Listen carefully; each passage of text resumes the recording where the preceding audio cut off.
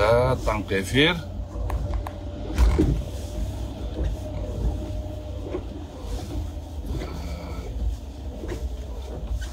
Tаңкы эфир.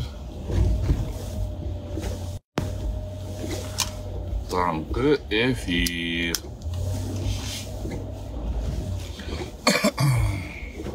Жақсы угулар таап айтып коюңуздар, достор. Так, киришти Адилет Жылкыбаев. Салам алейкум, Адилет. Бөлүшүп коюңуздар.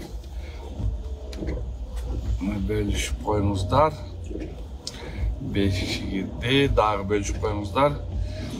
Чыдамсыз чыдабагандар, силебейсиң дегендер. Силер сала бергилечи, ары барып эле кетип калгылачы. Бул эфирге кирбей. Жакпай атса, багыл карабагыла. Калты киширди, дагы бөлүшүп коюңуздар, сураныч бөлүшүп коюңуздар. Ошондо көбүрөөк киши келет. Эфир 11 киши кирди. 11 киши кирди. Кечкин көрүнбөй атат, чөтө 11 киши. Барчынтыктар баа, саламатсызбы? Бөлүшүп коюңуздар,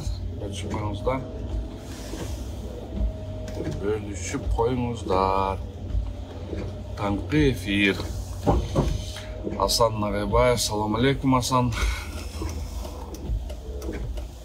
Бөлүшүп коюңуздар. Токтоган, саламатсызбы? Кандайсыз, Токтоган Адинаева? Саламатсыздарбы? Азамат, ассаламу алейкум. Кандайсыңар, жакшысыңарбы, аман эсенсиңерби? 21 киши келди. Саламатсызбы? Таңкы эфир. Венера Кызылакова, саламатсызбы, Венера? Нияз Түмөнбаев. Саламу алейкум, Нияз. Кандайсыңар, жакшыбы? Баарыңарды ушу биринчи кыш күнү менен куттуктаймын. Биринчи кыш күнү мондай кар нөшөрлөп жаап атканы абдан сонун болуп атат.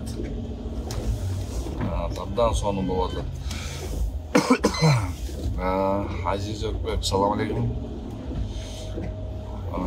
Эми урматтуу достор, уже көп деле эфирди кармабайлы, убактымда тар, анткени азыр процесске бартам.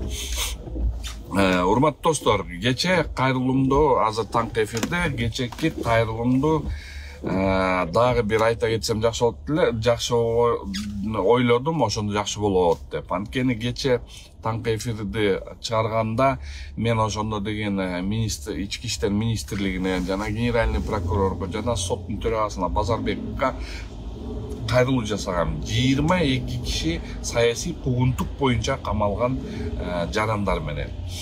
Ошолор бүгүнкү күнгө чейин, кече күнгө чейин абдан мындай сурактар жүрбөптүр, беттештирүүлөр жүрүлбөптүр. Муну төргөө амалдар жүрбөптүр да. Эми кече таңкы эфирде эметкенден кийин рахмат деп айтып коеюн, ГСУнун начальнигине айтып коеюн, рахматты министрге айтып коеюн, чоң рахмат. Биздин үнүбүз жетиптир. Кече 7-өнү, 8-өнү сразу бир күндө допрос кылып, баарын допрос кылып аттырсыңар. Рахмат анга, чоң рахмат. Үнүбүздү уктуңар. Адвокаттарынын үнүн уктуңар. Чоң рахмат силерге. Эми кече ошолорду сурагандар баары жакшы түшүндүрмөлөр берип атты. Түшүндүрмөлөрдү берип атты, айтып атты. Бирок беттештирүү амалдары өткөн жок. Эмнеге өткөн жок? Анткени беттештирүү амалдары өтө албайт. Анткени деген кылмыш иштин жагдайлары жок. Ошондуктан кайрылайын, урматтуу министр внутренних дел, улан иним. Кайрылайын, урматтуу генеральный прокурор Курманкул Токторлиевич, урматтуу Замир Курамаевич, жогорку соттун төрагасы. Биз барыбыз тең юристпиз. кылмыш жагдайларды болуш деп туруп кылмыш деп эсептеш үчүн бул деген 4 признак керек. Бул объект объективная сторона, субъект субъективная сторона. 4 признактан бирөөсү болбой калса, бул уже кылмыш иши деп болбойт. Иш кыскарат. Эми кече мына жакшы эмелер өтүп атат. Тергөөлөр иштеп атат. Кечетен бери рахмат анга улан иним. Бирок бир айтып кете турган нерсе. Ошол допрос кылып бирөөндө кылмыш иши бар экенин, ал ишинде кылмыш орну алган деген бир да жагдай табылган жок. Бир жагдай табылбаса, азыр алып туруп ушул ишти кыскартышыңар керек. Урматтуу Курбанкулов Токторалиевич, өңгөчөсү Абай иним, көзөмөлдөнү, Главное следственное управление көзөмөлдөнү силердин функцияңыз, сиздин функцияңыз. Эмнеге сиздин функцияңыз анткени деген Генеральная прокуратура бул деген мыйзамды туура колдонуу деген силердин өзүңөрдүн основной задачаңарда ошол задачаңарды аткаргыла. Көзөмөлгө салгыла. 22 кишинин арасынан бирөөндө да кылмыш курамы жок. Ошондуктан төргөчүлөргө өзүңөр көзөмөлдөп коюңуздар. Төргөчүлөрдү өзүңөр иштеп карап коюңуздар.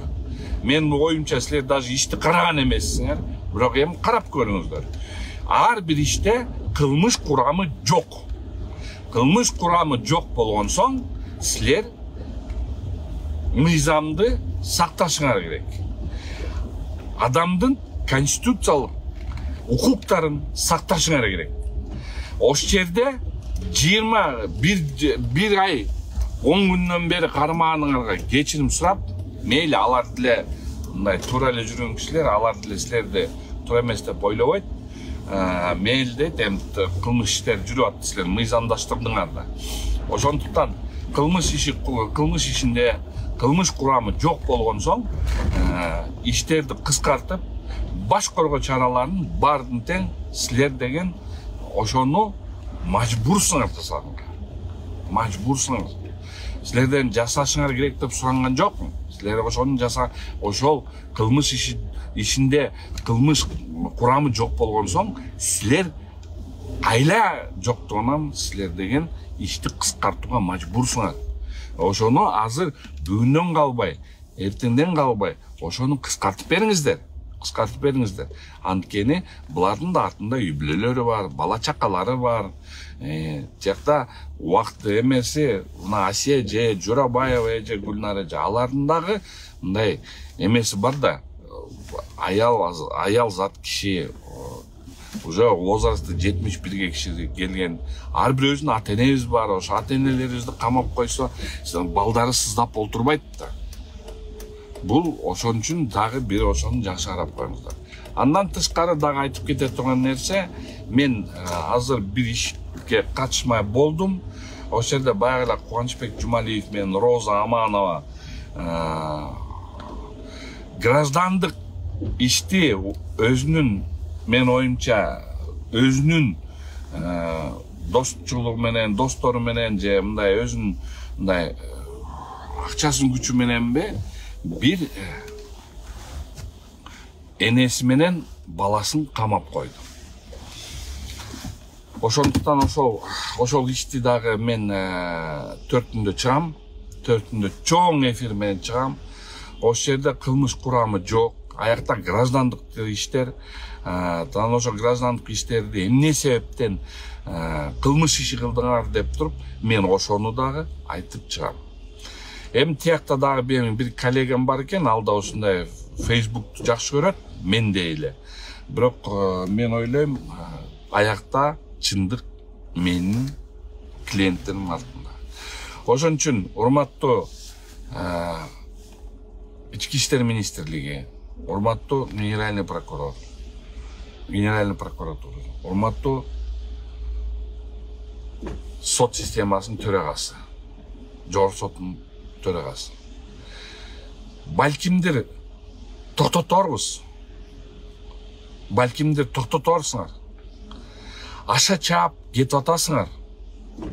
Граждандык иштерди кылмыш иш кылып атасыңар. Мыйзамдуу иштерди мыйзамсыз кылып атасыңар. Туура нукка түшкүлөчү, сураныч силерде. Эмне эле болуп атасыңар? Элди да ойлобойсуңар. Ошол элдин артында дагы элдер турат да. СИЗОдо 70% жөн эле болуп турат, сөзүн ачыгын айтканда. Токтотсоңор боло ошонун баарына. Туура жолго түшсөңөр боло. Элдин конституциялык укугун тебелесеңер боло. Анткени силердин карамагыңардагы структурный подразделенияңар баары тең элдин конституциялык укугун, адамдык укугун тебеленип атат. Ошон үчүн урматтуу Ички иштер министри, жакшы көзөмөлдөңүз. Силерде служба собственной безопасности деген бар. Тергөө амалдан карап көргүлө. Силерде юристтер толтура. Генеральный прокуратура, Курманкул Токторлевич, абай иним. Силер ошонун баардыгын мындай бир сыйра изилдеп чыккылачы. Кайсы вакытка чейин эл ушинтип эле чыркырап эле ыйлай берет. Чыркырап эле. Силер өзүңөрдүн ушундай сабатсыздык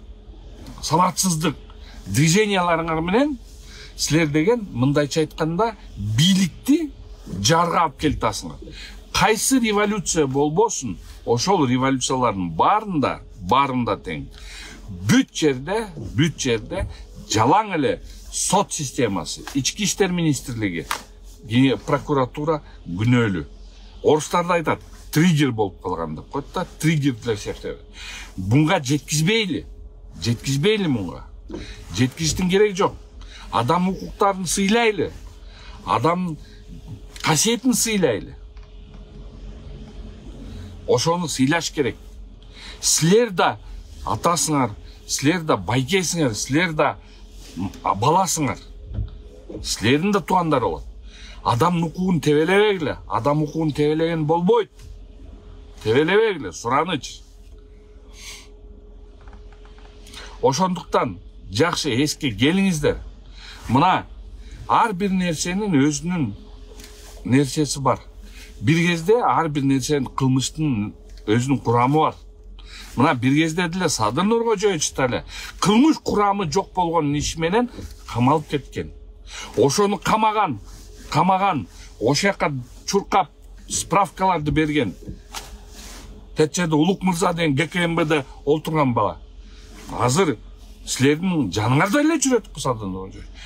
Совет директоровто, совет председатель правления, зам председатель правления Кыргыз алтында жүрөт го. Течерде бир кезде силерди барыңар тең балдарыңарга чейин эметкен балдар азыр чоң начальниктер болду го. Ошондо силердин укугуңар тебелеген да. Ошондуктан урматтуу достор, урматтуу биздин президентибиз ошону жакшы бир эске алып, ушундай жакшы бир нерселерди алсаңыз, тарыхты унутпайлы. Тарыхтын негизинде, именно тарыхтын негизинде астыдагы биздин өзүбүздүн жашообуз.